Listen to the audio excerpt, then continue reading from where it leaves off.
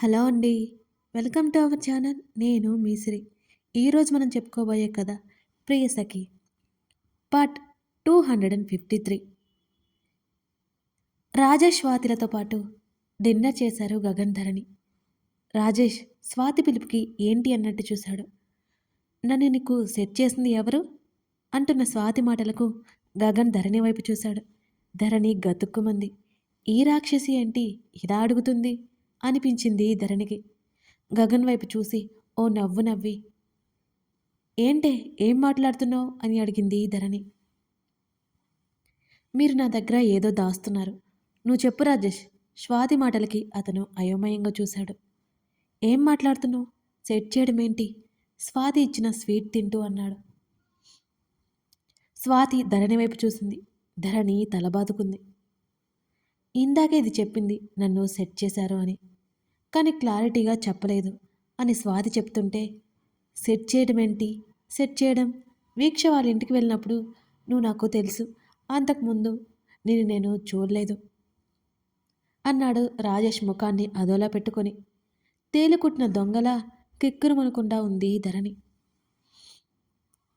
మరి ఇదేంటి సెట్ చేసిందనింది అంటూ స్వాతి పెదవి విరిచింది. ఎస్, సెట్ చేసింది నిజమే, నీ ఫ్రెండ్ అంటూ గగన్ చూపు ధరణి వైపు తిప్పాడు. అవునా అన్నట్టు చూసింది స్వాతి. ధరణి ఓ నవ్వు నవ్వి, అంటే మీ పేరు బాగుంటుందని అని నెమ్మదిగా చెప్పింది. అబ్బబ్బా, వాట్ ఏ విజన్ సిస్టర్ అంటూ మెరుస్తున్న కళ్ళతో ధరణి వైపు కృతజ్ఞతగా చూశాడు రాజేష్. ధరణి పొంగిపోయి, అవునన్నయ్య, మీ ఇద్దరి జోడీ బాగుంటుంది అని ఈయనతో చెప్తే అసలు పట్టించుకోలేదు. అందుకే ఆ రోజు స్వాతిని అక్కడికి తీసుకొచ్చాను అంటూ ఉత్సాహంగా అంది ధరణి.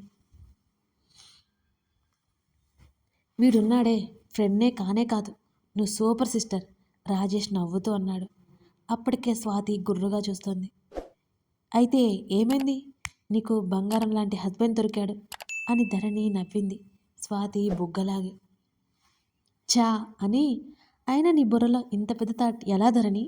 స్వాతి ఆశ్చర్యంగా అడుగుతుంటే, చూసారా అన్నట్టు గొప్పగా గగన్ వైపు చూసింది ధరణి. పదరా పైకి లేచాడు గగన్. ధరణి తెగ మూతి తిప్పింది. గగన్ రాజేష్ మాట్లాడుకుంటూ బయటికి వెళ్ళిపోయారు. ధరణి స్వాతి హాల్లో కూర్చున్నారు. ఇంకేంటే సంగతులు అని అడిగింది ధరణి. థ్యాంక్స్ ఏ, స్వాతి ధరణి చేతిని పట్టుకుని మనస్ఫూర్తిగా చెప్పింది. ఇప్పుడు అంత గొప్ప పని నేనేం చేశాను? అయోమయంగా చూసింది ధరణి స్వాతి మాటలకి. రాజేష్ని నా లైఫ్లోకి తెచ్చావు, చాలా మంచోడే. స్వాతి ధరణి వైపు కృతజ్ఞతగా చూసింది. చాలే, నోరు మూసుకో, నువ్వు హ్యాపీగా ఉంటే చాలు అని ధరణి నవ్వుతూ అంది.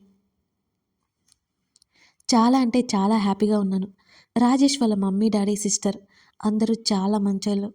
మా వదినలాగా మా అమ్మలాగా అస్సలు ఉండరు అని కన్ను కొట్టి నవ్వింది స్వాతి. ధరణి కూడా నవ్వేసింది.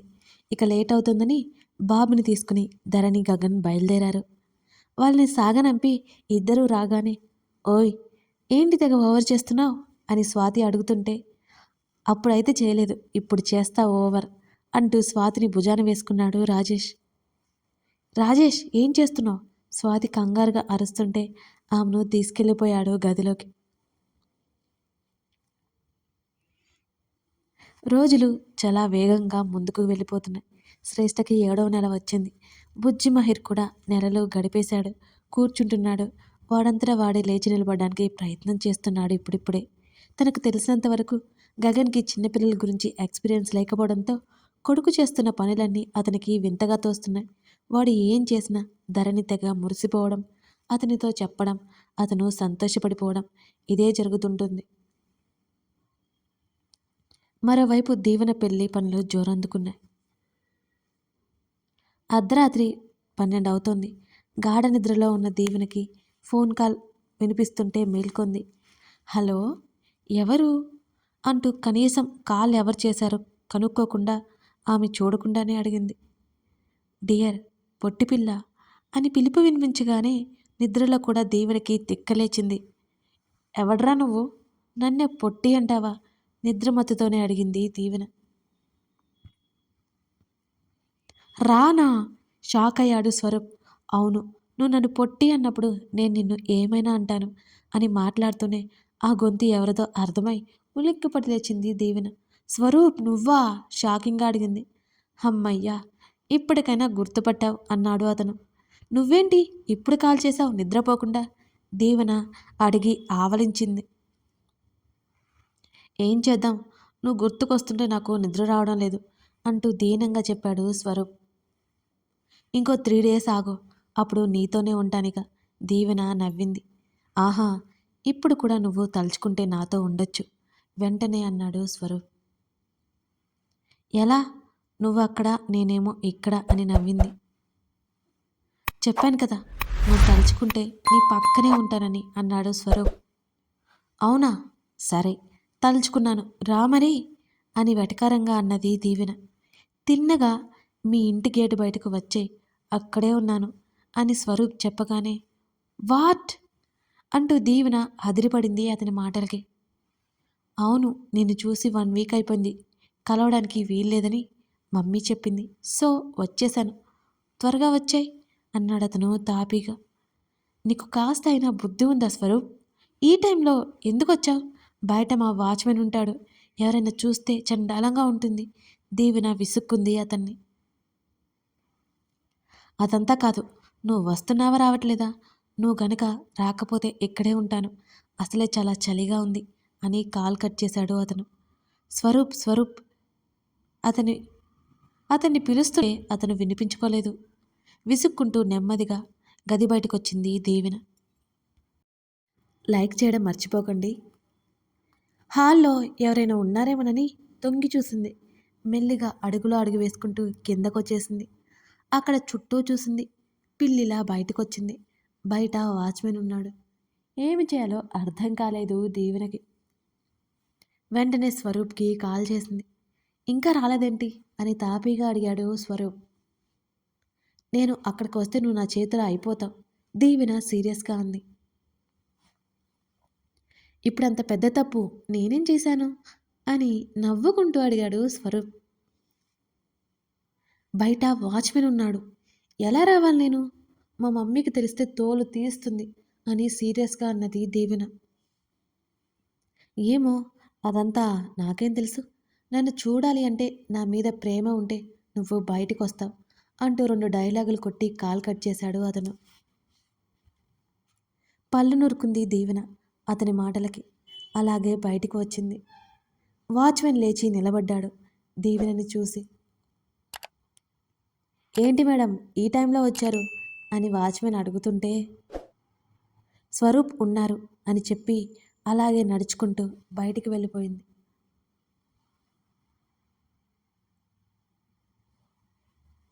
కారుకి ఆనుకుని దూరంగా స్వరూప్ కనిపించడంతో వాచ్మెన్కి ముందే తెలిసి ఉండడంతో అతను ఏం మాట్లాడలేదు ఇక.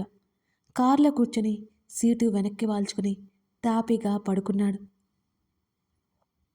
కారు డోర్ తీసి లోపల కూర్చుంది దీవెన.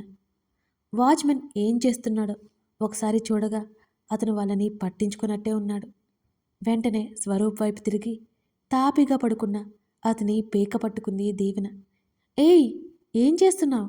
చంపేస్తావా అని నవ్వుతూ అడిగాడు స్వరూప్. ఈడియట్, కాస్తైనా బుద్ధి ఉండాలి. అసలు ఆ వాచ్మెన్ ఎలా చూశాడో తెలుసా అని కోపంగా అన్నది. ఎలా చూశాడు అని అతను నవ్వుతూ అడుగుతుంటే దీవెన కోపంగా ముఖం పక్కకు తిప్పేసుకుంది. స్వరూప్ కార్ స్టార్ట్ చేయగానే, స్వరూప్ ఏం చేస్తున్నావు అని అరిచింది అతను ఎక్కడికో తీసుకెళ్ళిపోతుంటే. అలా డ్రైవ్కి వెళ్ళొద్దాం అని ముందుకు పోనిచ్చాడు అతను. ఇదిగో, డౌటే లేదు నీకు పిచ్చి పట్టి.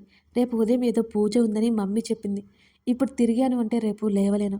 అసలే నా గ్లామర్ దెబ్బతింటుంది నిద్ర లేకపోతే. కళ్ళ కింద డార్క్ సర్కిల్స్ వస్తాయి అని కంగారుగా అన్నది దీవెన. ఆమె మాటలకి అవాక్కై చూసి అంతలోని నవ్వుకుంటూ, పర్లేదులే, నువ్వెలా ఉన్నా నేను పెళ్లి చేసుకుంటాను అని అన్నాడు నవ్వుతూ. అబ్బా స్వరూప్, ఇప్పుడెందుకు ఇటు అని ఆమె అరుస్తున్నా అతను వినలేదు. కాస్త దూరం వెళ్ళాక కారు ఆపాడు అతను. కారు దిగి దీవెన వైపు తలుపు తీశాడు స్వరూప్. కోపంగా చూస్తూ కారు దిగింది. ఎందుకలా చూస్తున్నావు? బావుంది కదా అని నవ్వాడు. ఏం బావుంది చలి అన్నది చేతులు రుద్దుకుంటూ. వెంటనే ఆమె చుట్టూ చెయ్యేసి హత్తుకుని కారుకే అనుకున్నాడు అతను. నడి రోడ్డు ఇది మర్చిపోయావా? అప్పుడొక వెహికల్ వెళ్తుంటే కంగారుగా అన్నది దీవెన. అయితే ఏమైంది? ఇదొక మెమరీ మనకి. ఆమె భుజం మీద గడ్డమానించి చెబుతున్న స్వరూప్ మాటలకి ఆమె కోపమంతా ఎగిరిపోయింది. అతని చేతులు ఆమె నడుముని అల్లుకున్నాయి. ఆమెకు కూడా అది నచ్చింది. నిజమే, ఇది ఒక స్వీట్ మెమరీ. తన చుట్టూ అల్లుకుంటున్న స్వరూప్ చేతుల మీద చెయ్యి వేసి చిన్నగా నవ్వుకుంది. ఈ వారం రోజులు ఏం చేశావ్ అని అడిగాడు. అతను అడుగుతుంటే ఆమెక మాట్లాడడం మొదలుపెట్టింది. గలగల గోదారిలా పొంగిపొర్లే ఆమె మాటలు అంటే అతనికి ఇష్టం. అతి తక్కువ మంది అతి తక్కువ మాట్లాడే అతను, ఆమె ఏమో వాగుడుకాయ్. ఇద్దరి గురించి చూసుకుంటూ స్వరూప్ నవ్వుకున్నాడు. బోల్డన్ని కబుర్లు, బోల్డన్ని అల్లరి పనుల తర్వాత ఇద్దరు ఇంటిబాట పట్టారు. దీవెన ఎలా వెళ్ళిందో అలా మెల్లిగా ఇంట్లోకొచ్చింది. వాచ్మెన్కి ఇంట్లో చెప్పొద్దని అలాంటివి ఏం చెప్పలేదు. సైలెంట్గా పడుకుంది. మరునాడు పొద్దున్నే ఇల్లంతా హడావుడిగా ఉంది. ఆ తర్వాత రోజు పెళ్లి కావడంతో అప్పుడే అలంకరణ మొదలైంది. వీక్ష అక్కడికి వచ్చేసింది. చెల్లికి కావలసినవన్నీ చూసుకోసాగింది. చేతన్ కాల్ చేస్తుంటే లిఫ్ట్ చేసింది వీక్ష. వీక్షు అంటూ గారంగా పిలిచాడు. ఏంటో చెప్పు, నాకు పనుంది అంటున్న వీక్ష మాటలకు రాక్షసి అంటూ పళ్ళు కొరికాడు చేతన్. ఆ మాటలకి ఆమె నవ్వుకుంటూ ఏంటి త్వరగా చెప్పు అని అంది వీక్ష. ఎప్పుడొస్తావు అని అడిగాడు అతను గారంగా. నేను వచ్చింది నిన్ననే, ఇంకో వారం రోజుల వరకు రాను. కావాలంటే నువ్వు రా, దీవిని రెడీ చేయాలి బై అంటూ నిర్దాక్షిణంగా కాల్ కట్ చేసింది. రాక్షసికి పొగరు. తిట్టుకుంటూ రెడీ అయ్యి వెళ్ళిపోయాడు ఆఫీస్కి. ఏవండి, ఇది ఎలా ఉంది అంటూ లేత తమలపాకు రంగులో ఉన్న హాఫ్ శారీని చూపించింది ధరణి. నీకు కంఫర్ట్గా ఉండాలి, కలర్ కాదు అంటూ బాబుని ఆడిస్తూ చెప్పాడు గగన్. గగన్ మహిర్ కింద కార్పెట్ మీద కూర్చొని ఆటలాడుతుండగా తల్లి వైపు చూసి పాక్కుంటూ వచ్చి తల్లి చీర పట్టుకున్నాడు మహిర్. ధరణి నవ్వుకుంటూ చూసారా, వీడికి నచ్చిందట, మరి మీ సంగతి చెప్పలేదు అని అలకగా అంది ధరణి. నాట్ బ్యాడ్ అన్నాడు అతను. అయితే ఇక మీదట ఇదే అయితే.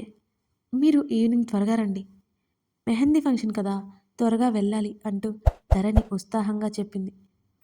చలి కదా, నువ్వెందుకు, వీకి చలేస్తుంది అంటూ మెల్లిగా బెడ్ పట్టుకుని లేవడానికి అంటూ ప్రయత్నిస్తున్న కొడుకుని చూస్తూ అన్నాడు.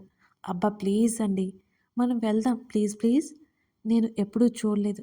వీక్ష పెళ్ళి కూడా త్వరగా అయిపోయింది. స్వాతి పెళ్ళికేమో ప్రెగ్నెంట్ అని మీరు ఆ రోజు తీసుకెళ్లారు. ఇప్పుడైనా తీసుకెళ్ళండి, అత్తయ్య అక్కడే ఉంటారు కదా, వీన్ని అత్తయ్య చూసుకుంటారు. ప్లీజ్ అత్తయ్య దగ్గర ఉంచేస్తాను అని ధరణి బ్రతిమాలుతుంటే, సరే. అతను ఆ మాట చెప్పగానే ధరణి తెగ సంబరపడిపోయింది. వన్ కండిషన్ అంటున్న అతని మాటలకి అంతలోనే నీరు గారిపోయింది ధరణి. కథ కొనసాగుతోంది. ఈ కథ నచ్చితే ప్లీజ్ మర్చిపోకుండా లైక్ చేయండి. అలాగే సబ్స్క్రైబ్ చేసుకునే వాళ్ళు ఉంటే సబ్స్క్రైబ్ చేసుకోండి. ఎపిసోడ్ లేట్ అవ్వడానికి కారణం ఏంటంటే, నేను ఉదయం నుంచి రాసి ఇప్పుడు రికార్డింగ్ చేసి ఎడిట్ చేసి అప్డేట్ ఇస్తున్నానన్నమాట. మళ్ళీ ఇప్పటి నుంచి సాయంత్రం దాకా మళ్ళీ రాసి మళ్ళీ రికార్డింగ్ చేసి ఎడిట్ చేసి మీకు అప్డేట్ ఇస్తాను. ఇంకోటి ఇవ్వడానికి ట్రై చేస్తాను. మన కొత్త స్టోరీ కూడా ఈరోజు సాయంత్రం ఇచ్చేస్తాను. దాన్ని మీరు ఒక లుక్ వేయండి, సరేనా? మర్చిపోకండి.